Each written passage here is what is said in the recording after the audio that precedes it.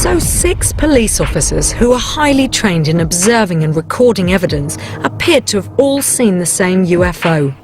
That seemed unusual, but then I met Detective Constable Gary Hesseltine, who has, for several years, kept a record of hundreds of police UFO sightings. The database now is about 100 to 110 cases involving about 300 officers, which I think is a powerful body of evidence. These are highly qualified people, well used to reporting what they see. Hesseltine had drawn his own conclusions about the Alan Godfrey case, its links with the Adamski death, and a cover-up. When you join the police or you join the military, you sign the Official Secrets Act. Alan had already signed them, and yet he was told to sign a piece of paper, again, the Official Secrets Act. Initially, Alan was of the opinion, well, why do I need to sign it? I've already signed it. When they turn over the piece of paper, it said, you are not to talk about your own sighting from November, but you're not to talk about the Zygmunt Adamski case. Now, I would argue that if there wasn't a UFO link before, I think it's fair comment to say that there is one by that act in itself. Because if the Zygmunt Adamski case was not UFO related in any way, why would you bother to get him to sign something which was just a sudden death? During my investigation, I'd seen some amazing things. I'd held a metal fragment that had allegedly fallen from an extraterrestrial craft. I'd seen evidence of animals apparently used for alien experimentation. I'd even come across murders where, according to some policemen, the prime suspects were from another planet. Were all of these things really going on under our noses? And if so, why wasn't it front page news? Was there a cover-up? Official denials and cover-up accusations just fuel the sheer number of conspiracy theories. And getting drawn into that world wasn't going to get me anywhere. I needed a reality check. So I decided to go and talk to the people who spend their lives watching the skies and ask them if they had any hard evidence of alien activity here on Earth. Jodrell Bank in Cheshire is Britain's biggest radio telescope. Since the mid-90s, the telescope's been involved in the Project Phoenix search for radio signals from intelligent extraterrestrial life. This is the world's third largest telescope of its type, so you don't do a lot better than that. We could pick up a mobile phone from the surface of Mars, for example. How likely do you feel it is that there is intelligent life out there? When people first started trying to estimate how many other civilizations there could be in our galaxy, the Milky Way, they had numbers of 100,000 to 1 million. To be honest, nowadays we're not nearly so optimistic. Some people suspect that at this particular time we might well be the only one, but more optimistic people might say there could be tens to perhaps 100. But that does mean, on average, they'll be spread quite widely through the galaxy. And as yet, we haven't really looked very far. But by about 20 years, 2020, something like that, we'll have new and much bigger radio telescopes capable of probing the whole of our galaxy. If there is intelligent life out there, how likely is it that we will be able to communicate? Well, theoretically, it's totally possible. However, I do believe they would have to want to communicate to us. Some people say that there's been radiation from television transmitters and the like leaving the Earth for the last 40, 50 years. And in principle, if you weren't too far away, you could pick that up. It's not very easy. It's much more likely that we would pick up a signal that someone is deliberately aiming at planet Earth, or at least our sun. On March the 8th, this unusual signal was received. It was passed to linguistics expert John Elliott, who's the world's leading expert on decoding language. If I play that for you.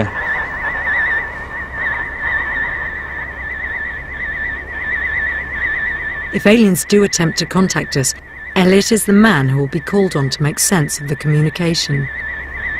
I did analyse it, look at the structure of this analogue waveform, which it is, and it's interesting.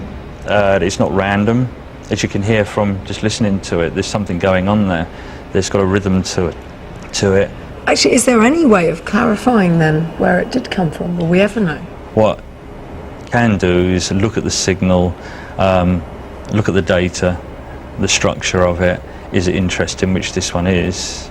It certainly looks like it's come from an intelligent origin. but it could be one of our own satellites, of course. It is very strong signal, so if you were going on logic, you would err on caution and think, well, due to its strength, it may well be one of our own.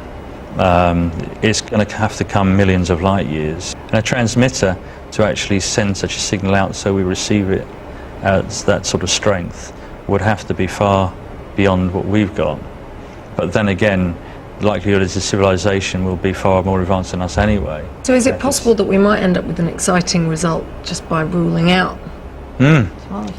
Yeah, we could go through a lot of processes, and if we cannot confirm anything terrestrial, then there's the big question mark left over it. So if scientists are searching for alien transmissions and decoding any possible communication, was it possible to imagine what visiting aliens might look like?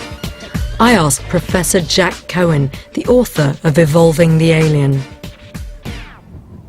From an evolutionary point of view, how feasible are the kind of descriptions we hear of aliens? I think that they're really very stupid, actually.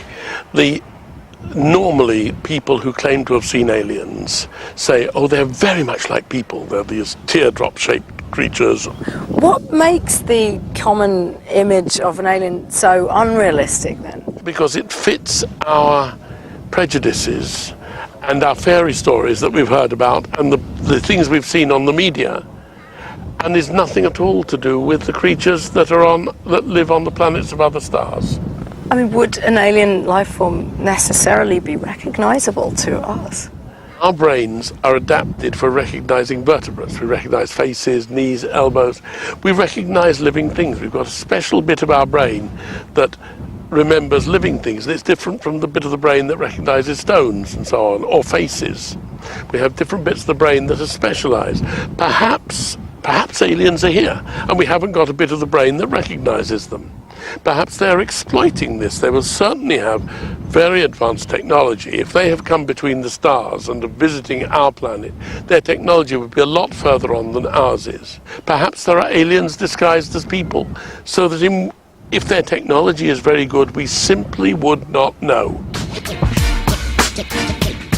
So according to Professor Cohen, theoretically aliens could already be here, among us, watching our every move. We just might not be aware of their presence. It's an unsettling thought, but only conjecture.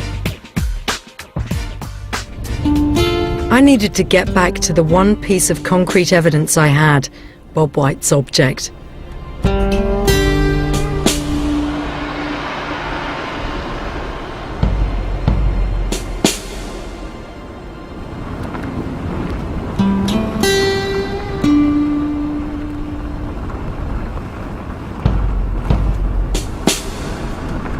I'd discovered a science professor at Mesa State University who was interested in seeing what had been found. Bob and I travelled together to the professor's home in the desert. Bob has the object with him. Mm-hmm. There it is. Well, for crying out loud.